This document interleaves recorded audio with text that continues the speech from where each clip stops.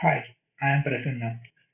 In this video, I will explain the paper Adversarial Prefetch, New Cross-Core Cache Side Channel Attacks. Prefetch W is a prefetch instruction present in Intel processors which is used to accelerate future writes.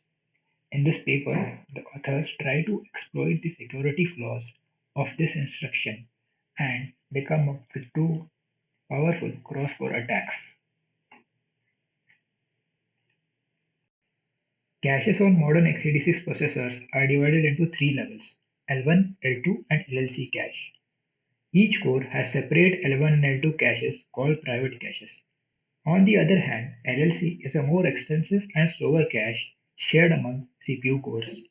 Due to data sharing in multi-core systems, a cache line can be present in multiple private caches. A cache coherence protocol is required to maintain consistency among the copies of the cache line across the different private caches. The most commonly used cache coherence protocol is the messy protocol. In the messy protocol, there are four possible states of a private cache line. Modified. The cache line is in a single private cache and is dirty. The current owner has read and write permissions on the cache line. Shared. The cache line is clean and is present in one or more private caches. The current core has only read permission on it. Exclusive. The cache line is present in a single private cache and is clean. Invalid. The cache line is invalid and the current core has neither read nor write permission for this cache line. Consider the case when core 1 reads the cache line that is present in the LLC and the private cache of core 0 in the M state. This read request first misses in core 1's private cache and then goes to LLC. Although the target cache line is present in LLC, its contents may be invalid. Thus, the LLC will get the latest data from core 0's private cache and update the contents of the cache line in LLC. The state of the cache line in core 0's private cache is set to S. The updated cache line is sent to the requesting core 1 and the private cache of core 1 is filled with a copy of this cache line in the S state. This case is referred to as a remote private cache hit. Now core 0 wants to write to this cache line. The LLC sends invalidation signals to the private cache of core 1. After this write operation, the cache line is only present in core 0's private cache in the M state. The time taken by core 1 to read from a cache line that will be higher in the case of a remote private cache hit as compared to an LLC hit.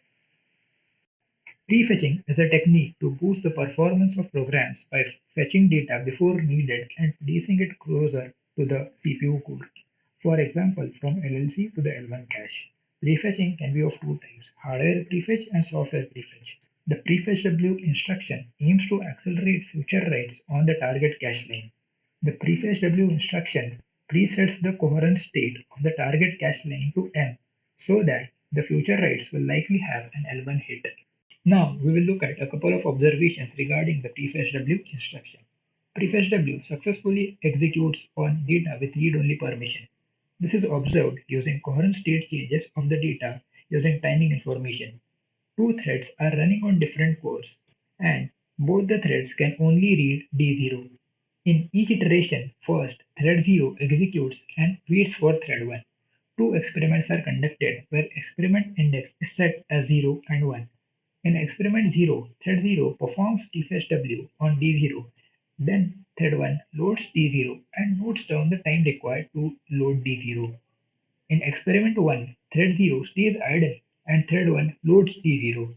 We can predict that the load time will be higher in experiment 0 as every time thread 0 prefetches D0, D0 is loaded into its private cache and its current state is set to M. When thread 1 tries to access D0, it will have a remote secret cache hit. In experiment 1, when thread 1 accesses D0, it is already present in the private cache of thread 1 and it will take a lower time to load D0 as compared to experiment 0. The execution time of prefetch W is related to the coherent state of the target cache line. Similar to the last experiment, we have two threads running on two different cores. In experiment 0, thread 0 loads D0 and then thread 1 performs prefetch W on D0 and times the prefetch. In experiment 1, thread 0 remains idle and thread 1 times the prefetch.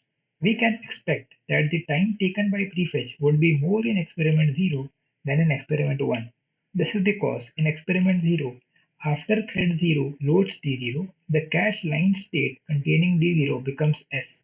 A copy of this cache line is stored in thread 0's private cache. Subsequently, when thread 1 prefetches it, the state needs to be changed from S to M. The LLC needs to invalidate the copy of D0 in private cache of thread 0. In experiment 1, this will not happen as D0 is already in the M state because thread 0 did not load it. Now we will look at prefetch-based cover channel attacks.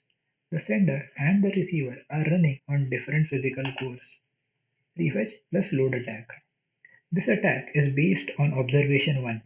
To send bit 1, the sender executes prefetch W on the shared cache line. To send bit 0, the sender remains idle. The receiver loads the shared cache line and interprets the shared bit by looking at the time required. The receiver receives a bit 1 when having a remote private cache hit and otherwise receives a bit 0.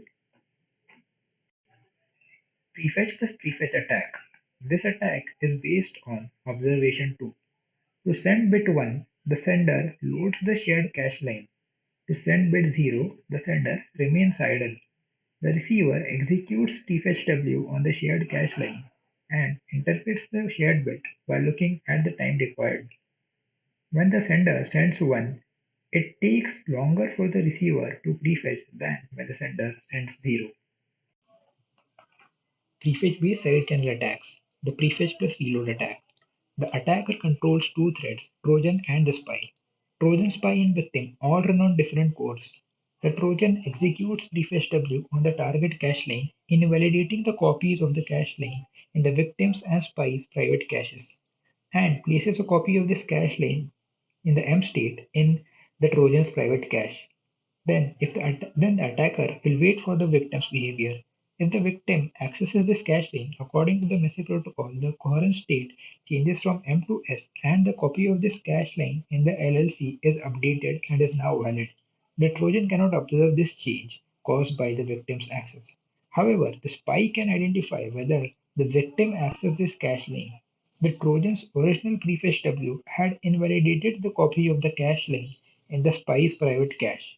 Thus, if spy now accesses this cache line, he will get an LLC hit if the victim had accessed this cache line after the Trojan's prefetch. Otherwise, he will get a remote private cache hit.